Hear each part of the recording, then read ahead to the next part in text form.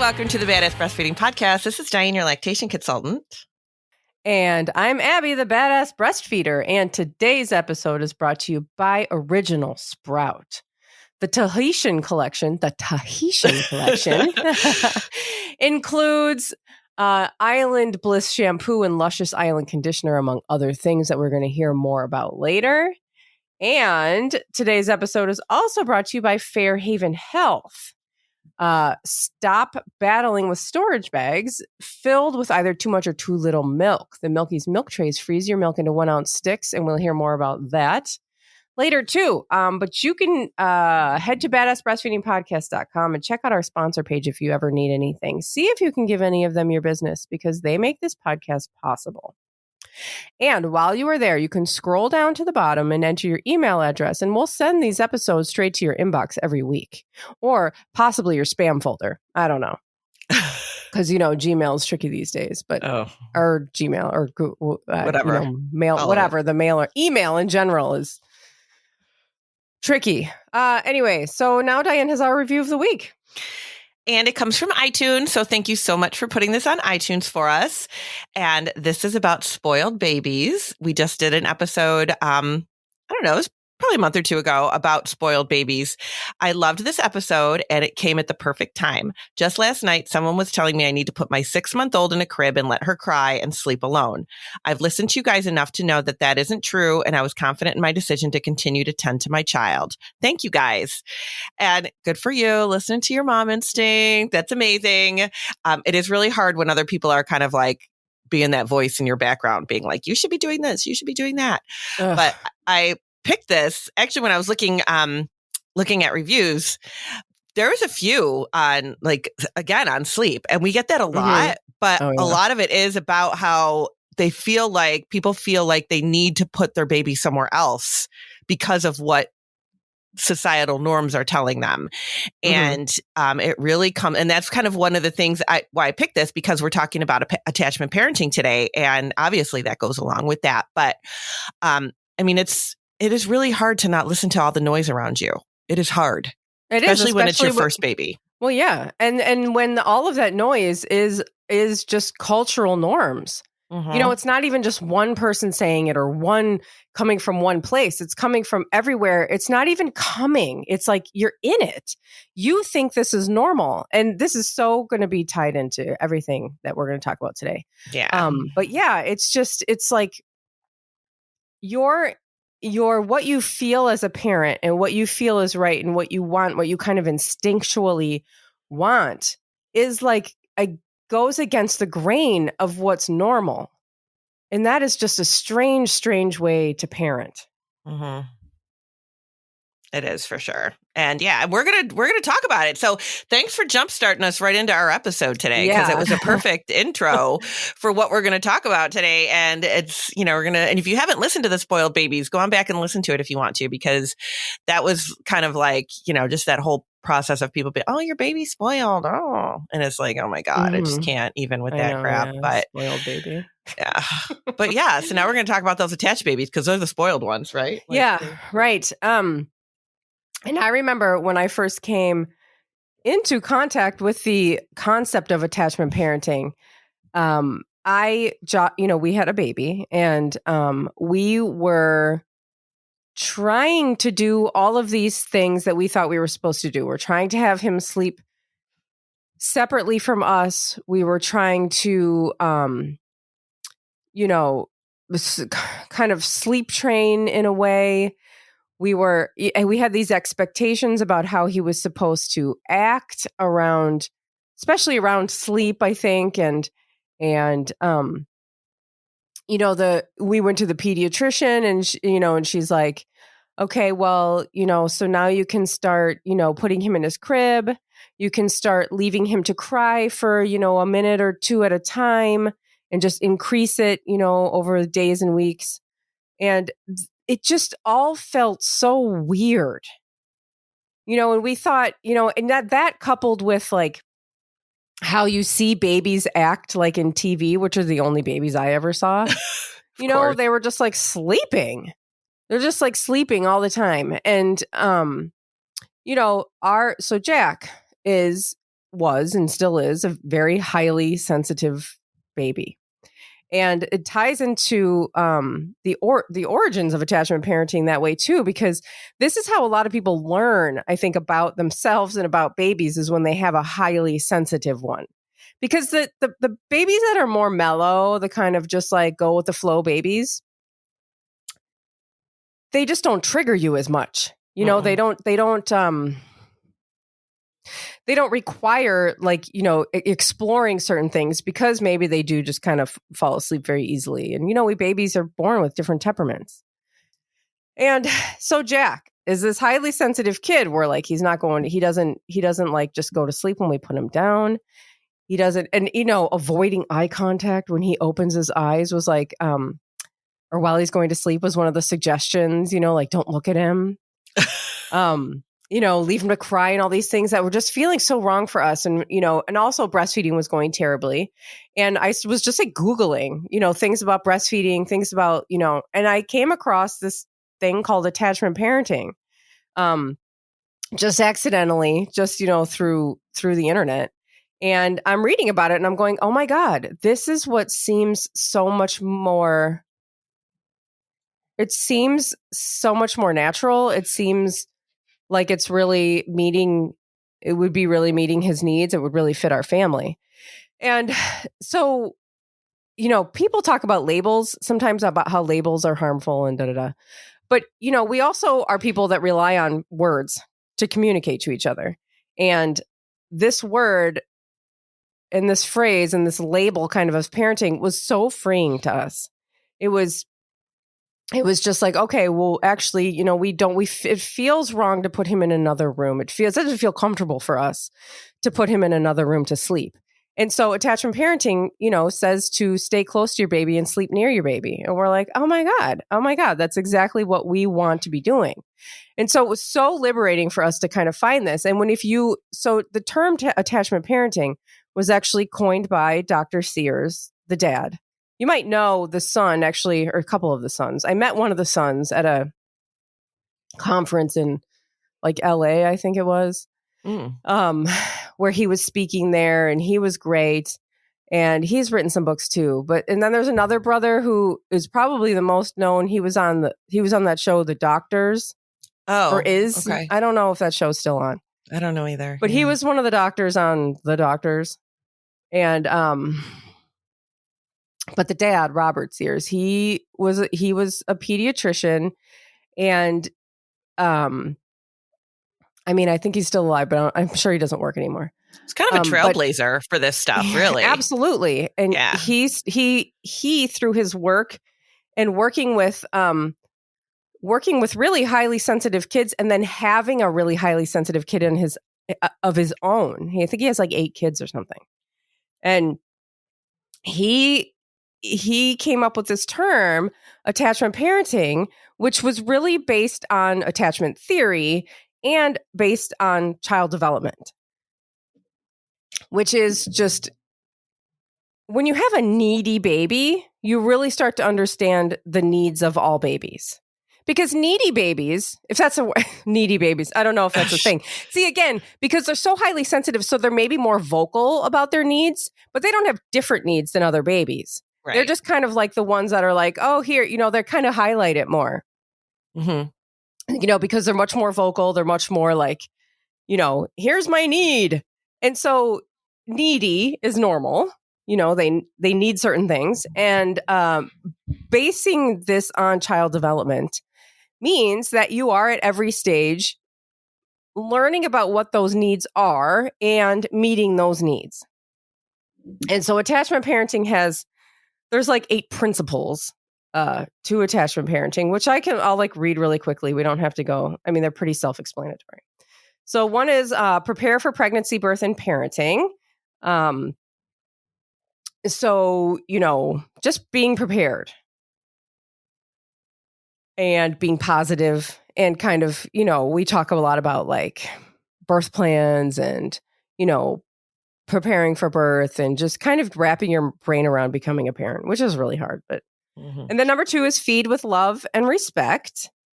3 is respond with sensitivity. 4 is use nurturing touch. 5 is engage in nighttime parenting. Oops.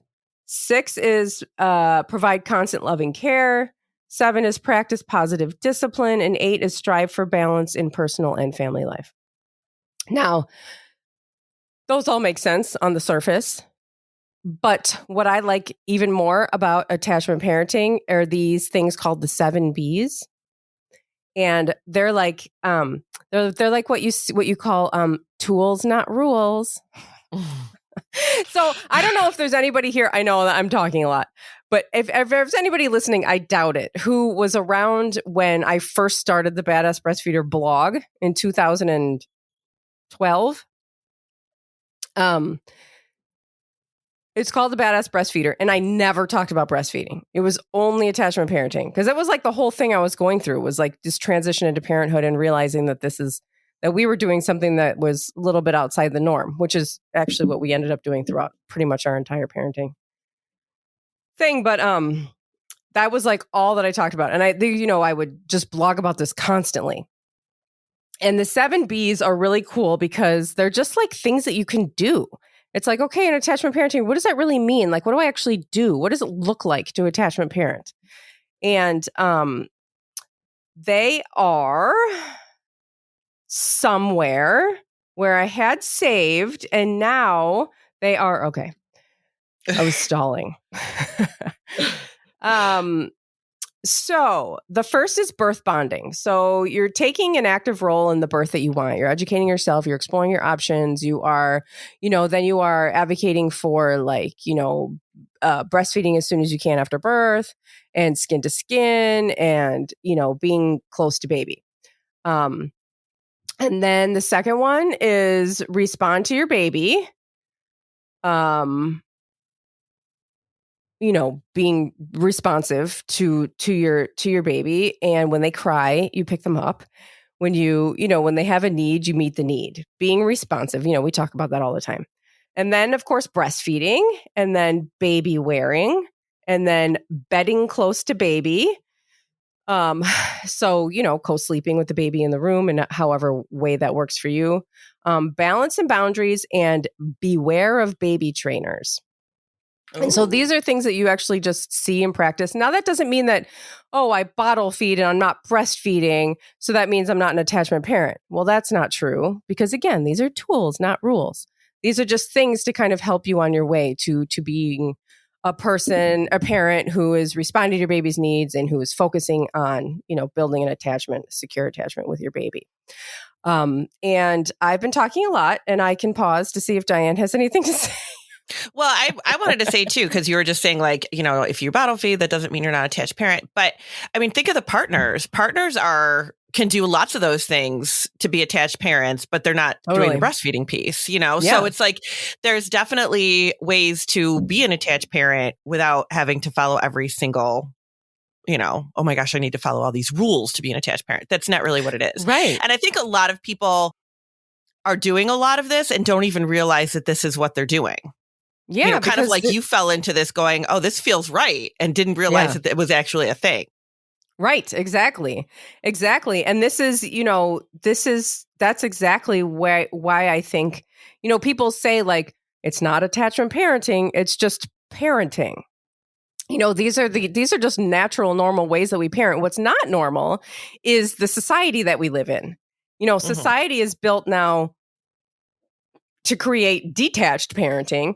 And, with my favorite C word, capitalism, and the 40-hour work week and the demand on everybody to just make capitalism move forward, we don't have a setup that actually fosters this type of parenting. But there are in other cultures, and there are throughout history, has been just the normal way that humans care for their young. These are all normal. People, early humans didn't have cribs and houses with separate nurseries. They didn't have strollers. They didn't have, not that there's anything wrong with a stroller, but I mean, they didn't have these things, so carrying the baby, wearing the baby, was very normal. That was the only thing they knew, and sleeping near each other. That was an absolute must. That was, it wasn't safe to be spreading everybody out, which is also what we talk about, why babies are, don't want to sleep alone at night. They are wired to our early human experiences, and they know that they're not safe away at night. So, yeah, culture, I do think there's one culture, I can't remember what it was, where they believe that the baby's feet shouldn't touch the ground. I think it's Malaysia. Is that Malaysia? I don't remember. I know it's something, but somebody's always holding the baby because it's not safe for the baby's feet to touch the ground, like in the first year or 2 years or something of their life. So it must be the first year because then they're walking. So totally. I remember, I don't know if I've told this story in a while, but I was walking around, like when I had Jack was a baby, and I was walking around and I was like, so you'll meet like extremists, like extreme attachment parenting people where they're like, if you're not doing this, you're doing it wrong. And so that was me when I first learned about this and became a blogger, and like became a total extremist. Like, just, I didn't even own a stroller. Like, I wouldn't even own a stroller. Like, you have to baby wear and you have to do this and you have to do that. And if you're not, and the baby wearing world is very like insane too. There's like, you can get really like, it's just everything can be very extreme, as we know. Mm-hmm. I've loosened up over time and realized that, that's not always needed. But I was walking around our neighborhood, and there was a grandfather. He was clearly the grandfather, wearing this like tiny new baby in a wrap. And I was just like, oh my God, this is so awesome. Can I take your picture? And he was like, yeah. And so we stood there and talked for a little while. And it turns out that his daughter had this baby, but it was a preterm baby. And the whole family decided that this baby would go for however amount of time without ever not touching a human. Mm. So the whole family came, the grandparents came, and they passed the baby, to whoever's turn it is, or who, they rotate to hold this baby on them for, I don't know how long they were planning on doing that, but I was like crying. Well, like, where are they from? Story. I was like, did they say? Down the street. I know, but you said the grandparents came in. I didn't know if they came from somewhere else. No. Oh, I just mean over to their house. I think they just came in from, I don't know where they live, if they were like nearby or if they were in a different state. I don't know. But yeah, they were just like a middle-class white family. Oh my God, I love it. It was just amazing. And again, of course, this is a family that has those resources to do that. But anyway, I just thought that was really cool. And your story reminded me of that. Yeah, it is. Should we take a break and then talk about? Yeah, we should take a break, and I'll do some more talking about something else during the ad break, because then we'll talk about attachment parenting again. Yes. We'll be right back. Today's episode is brought to you by Original Sprout. Original Sprout carries safe, effective, and pediatrician-tested shampoos, conditioners, styling, and body care products produced and packaged in California, USA. The Tahitian collection includes Island Bliss shampoo and Luscious Island conditioner, protective protein mist, and Tahitian hair oil. These are all formulated with oils such as coconut oil, linseed oil, jojoba oil, mangango oil, and argan oil. These oils provide extra moisturizing to control frizz, prevent breakage, and restore dry and brittle strands, leaving your hair luscious, shiny, and soft. I love this line. This is the one that my favorite shampoo, and then all of the mist and the hair oil. It's just awesome. Yeah. All of Original Sprouts products are paraben and phthalate free, safe for everyone, vegan and cruelty free. They are not just for babies anymore. Check out the entire line at originalsprout.com, and you can use code BADASS for 25% off of your purchase. And today's episode is also brought to you by Fairhaven Health. Are you tired of defrosting breast milk from your storage bags only to find that it's too much or too little milk? What if you could defrost to the exact amount of milk you need every time? The Milky's milk trays look like regular ice cube trays, but have 16 semi-cylinder cavities that each hold 1 ounce of milk. When it's time to feed your baby or prepare bottles for the day, just pop however many breast milk sticks you need into any type of brand of bottle. Nothing is wasted, no extra breast milk left over, tempting your caregiver to overfeed your baby and blow through your precious stash. Once the sticks are frozen, just transfer them to a freezer bag, freeing up the milk trays for your next batch of breast milk. And they come with lids so you can stack them, which will free up space in your freezer. They're reusable, environmentally friendly, made with food-safe plastic, and can be used for baby food later on. There's no BPA, phthalates, or dyes. Check out the Milky's milk trays at fairhavenhealth.com. That's FAIRHAVEN health.com. And use code BADASS for 15% off of your purchase. And today's sponsors and the promo codes can be found in our show notes under this episode at badassbreastfeedingpodcast.com. Our show notes will also include further information about things we talk about in this episode and at badassbreastfeedingpodcast.com. You'll also find our breastfeeding resources, all of our other episodes, and information about scheduling your very own one-on-one online lactation consultation with Dianne. So attachment parenting, I feel like it definitely gets a bad rap, right? Because let's talk about that. Yeah, because people think that it's like, oh my God, you're doing this attached parenting thing. And they get so almost like, I don't know, like intimidated. Like if you say that this is what I'm going to, this is how I want to gear towards, raising my child, raising my baby. People get really defensive about it. Oh, well, that's silly and blah, blah, blah. And it's like, it's really stuff that people just do anyway. And they don't realize that this is what it is, but I don't know. It's just so weird. Like we're just so weird about babies. It's just so like, I know. How dare we meet a baby's need? We'll spoil them. They'll become needy. They'll become when really just meeting a baby's needs is how they, grow optimally, physically and emotionally and mentally and all these things. And now, do you remember it was, I guess about 10 years ago now, maybe 9 or I don't know, but Jamie Lynn Grumet was on the cover of Time magazine. Yes. Breastfeeding her 3-year-old. I think he was 3 at the time. So what a lot of people don't know, because the cover was so controversial. It was like, are you mom enough? People freaked out. I know. Well, that was a kind of, are you mom enough? Was kind of rude, but that had nothing to do with Jamie. She didn't have any control over what the word said on the cover. But that article was actually about Dr. Sears and attachment parenting. And that brought Dr. Sears back into the spotlight a bit.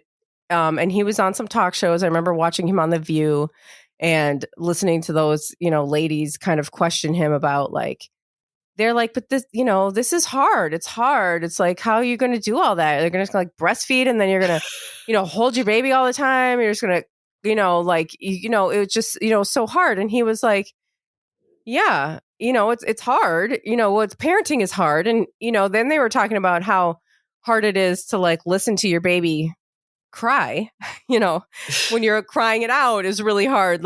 All these things, parenting is hard. But, again, we live in a society where it's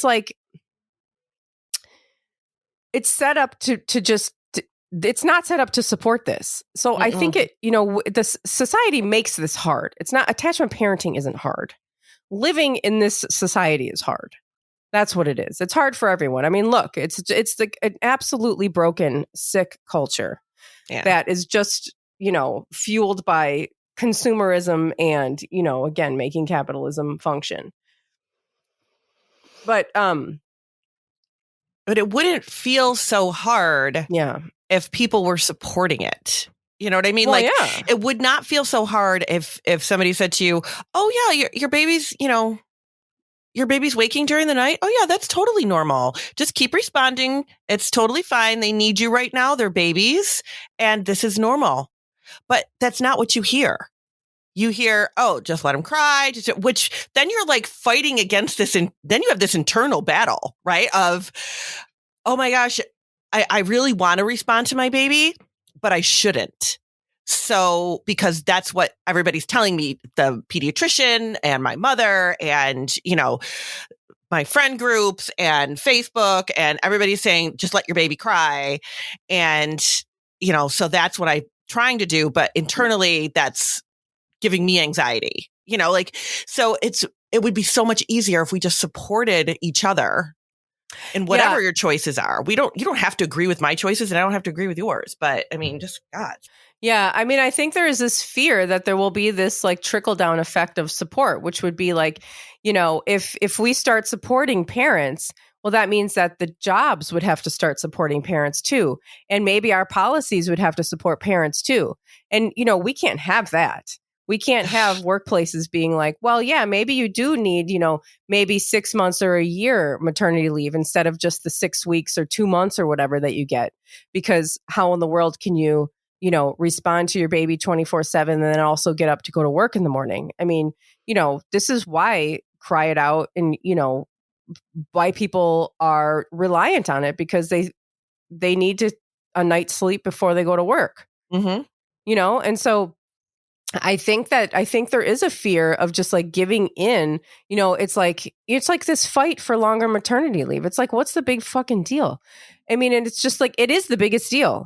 Mm-hmm. It is the biggest deal. And I really truly believe that it's like, we don't want to give an inch because they're going to take a mile, and we don't want to support people because we want to make sure that the system that we live in right now continues to function the way that it functions. And, also, I mean, there are people that have individual experiences of like workplaces being flexible, like where you could, I don't know, have an extra break, or, you have a later start time, instead of working, 9 to 5, you work 10 to 6, or, places that were just like, what do you need? How do we adjust your schedule? Which is the workplace that I was going to be going into before I decided to just not go back at all. But my boss made it clear, like, just tell us what you need, and we'll just like work around it. But most people don't have that. No. And that's what makes, I think, just attachment parenting in general, which is what makes it hard. Society makes the culture, or the system that we live in makes living hard. Not just attachment parenting, makes just being alive hard. So I have a closed group. If anybody wants to get in, all you have to do is obviously request it for breastfeeding. What? It's my little breastfeeding group, my breastfeeding boot camp group on Facebook. Oh, and it's a closed group, but you can absolutely come in because, obviously, mamas come in, they ask questions and stuff like that. It's fun. So somebody posted on there just last night. This was. Mm-hmm. And I was so disgusted because it's somebody who posts up there, if people post if they have questions and stuff. And she posted that her sister is pregnant and she's a teacher and she only gets 6 weeks off. So she was talking to her HR department, I think trying to figure out something, and the HR person said, you should just formula feed. Now, first of all, this is exactly this. She's just the voice of our culture. Right. And it's like, first of all, it's like, you work for HR. Shut the hell up. Nobody cares about your opinion. Like, why are you even giving your opinion about that? Shut up. But and then somebody goes, what do you do? You're like, where do you even go when you can't even go to HR? Like, right. what do you do? Yeah, exactly. But this is, and this is it's disgusting that you, especially all professions where it's like this, it's just like you're fighting against a machine. But I feel like I see this a lot with like nurses and teachers, and it's like you give so much of yourself to your job, so much of yourself. It's your whole life. And I mean, yeah. Right. And then you have a baby and they still expect you to put your job before everything else. Yep. That is capitalism. It is. And it's that is what that is. We are just sucked into that. And it's like, this is insane. This is insane that somebody from HR, and I know that this happens all the time, but somebody from HR would say, oh yeah, no, you don't get any more time. Just formula feed. Like, it's disgusting. Now, okay, so I used to give a talk about this at like the conferences I used to go to. And I used to use this comparison. I feel like I've talked about this before on this podcast, but not a lot. So do you remember the movie Matrix? Which I don't think I saw it, but I remember it. Oh, okay. Well, see, and it's kind of an older movie now, so it's like hard because some people haven't seen it, even though you should because it's really awesome. It's a really good movie. And like, so in this movie, he is living his life, whatever, and he kind of thinks that something's like a little bit weird, but he's not sure what, but he kind of wants to find out what. And there's all these people that like know about him that he's questioning stuff and they're whatever. So he ends up, he ends up getting unplugged from the Matrix. And there's this whole thing that it turns out all the humans' bodies are in these cocoon kind of things. And they're plugged in and living inside of this like computer program. And I always say that like learning about this stuff, learning about like how society affects us, learning about every aspect of it, learning about like the hospital's relationships with formula companies and like how hospital policies are not for the people. And I always say that that's like being unplugged. And it's like you're like unplugged from this computer program and you see things for what they are and you can't go back. You can't unsee it. It's like this whole entire like mental shift of like, oh my God, I'm living inside of this machine. Mm-hmm. And you can't get out because you can't get out of it. And making change is very difficult too, because it's a giant machine. And so change then becomes like very, it starts to seem a little hopeless. I don't like using that word because whatever, but it seems like, oh wow, these are much bigger problems than I originally thought they were. So anyway, so that's just, I feel like that's what like this whole conversation always reminds me of. Yeah, is just sure.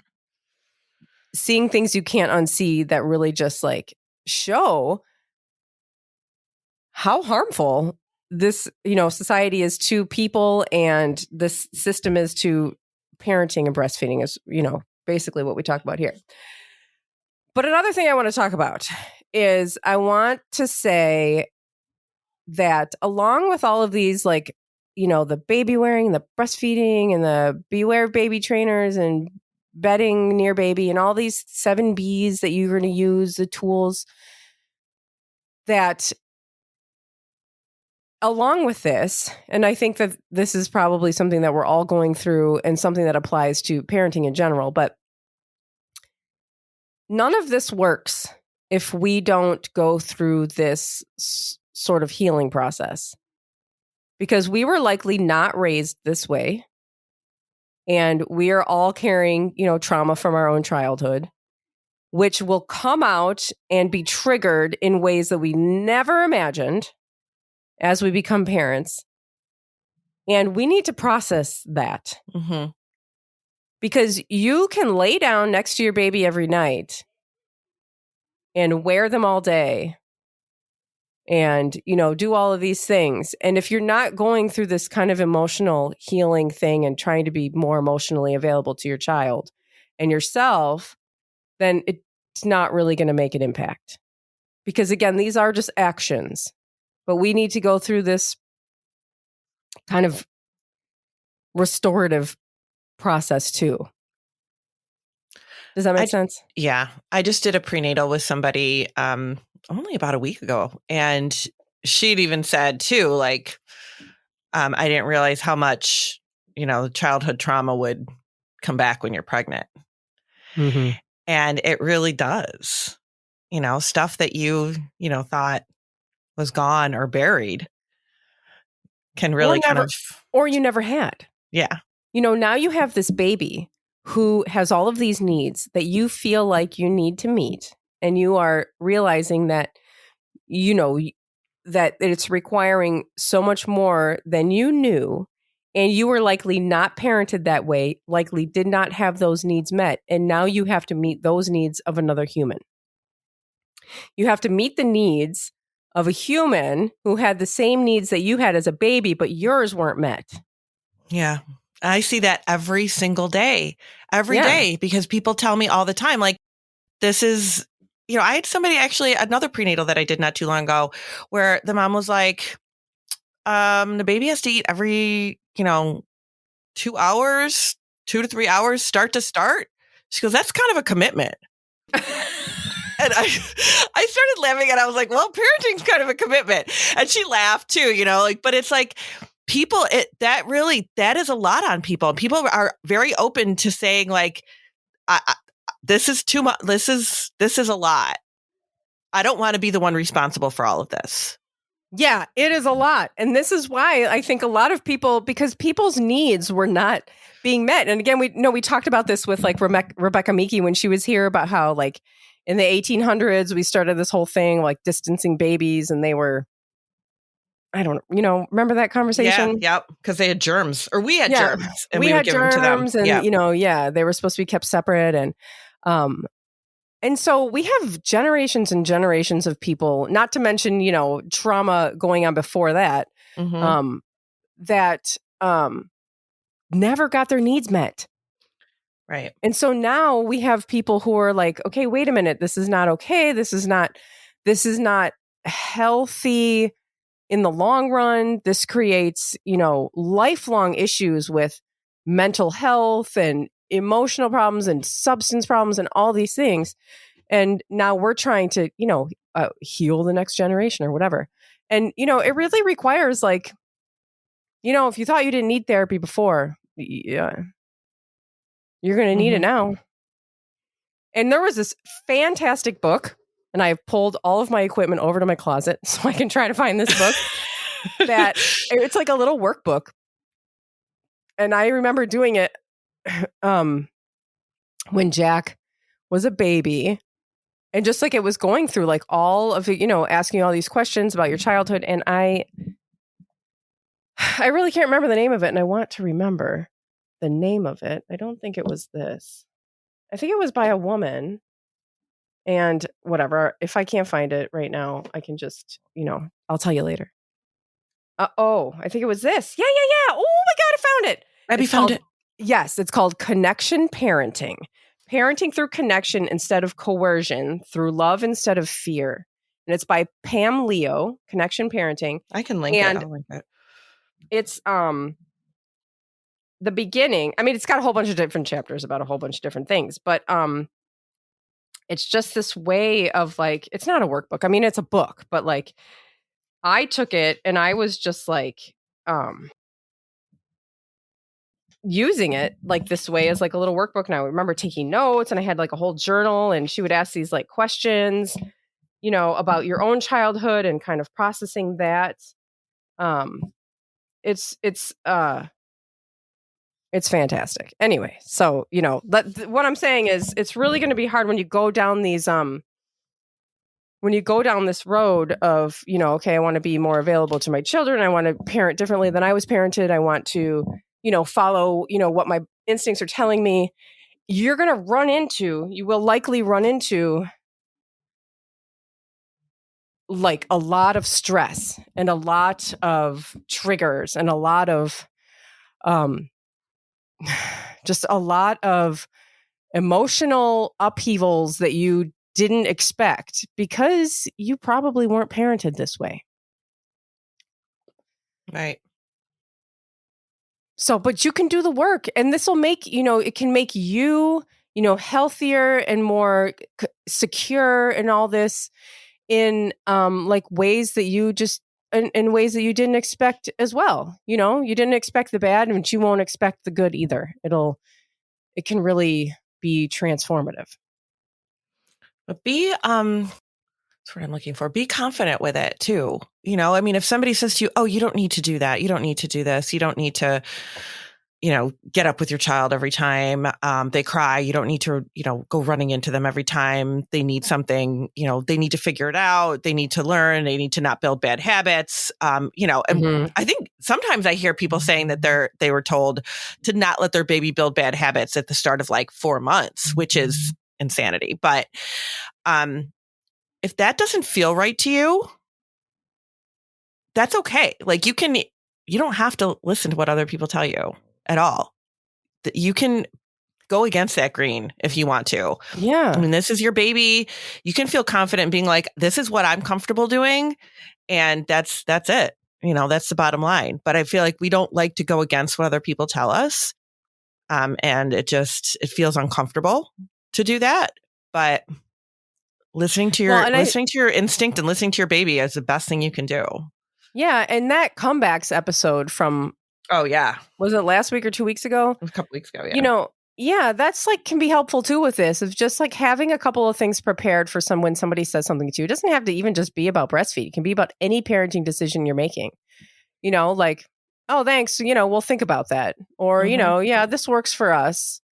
Or, oh, that's interesting. Just have a few things that you would respond and, smile and nod if it's easier. And if you're somebody who likes to try to educate other people, certainly you can do that. But also don't feel pressured to do that because you're doing enough already.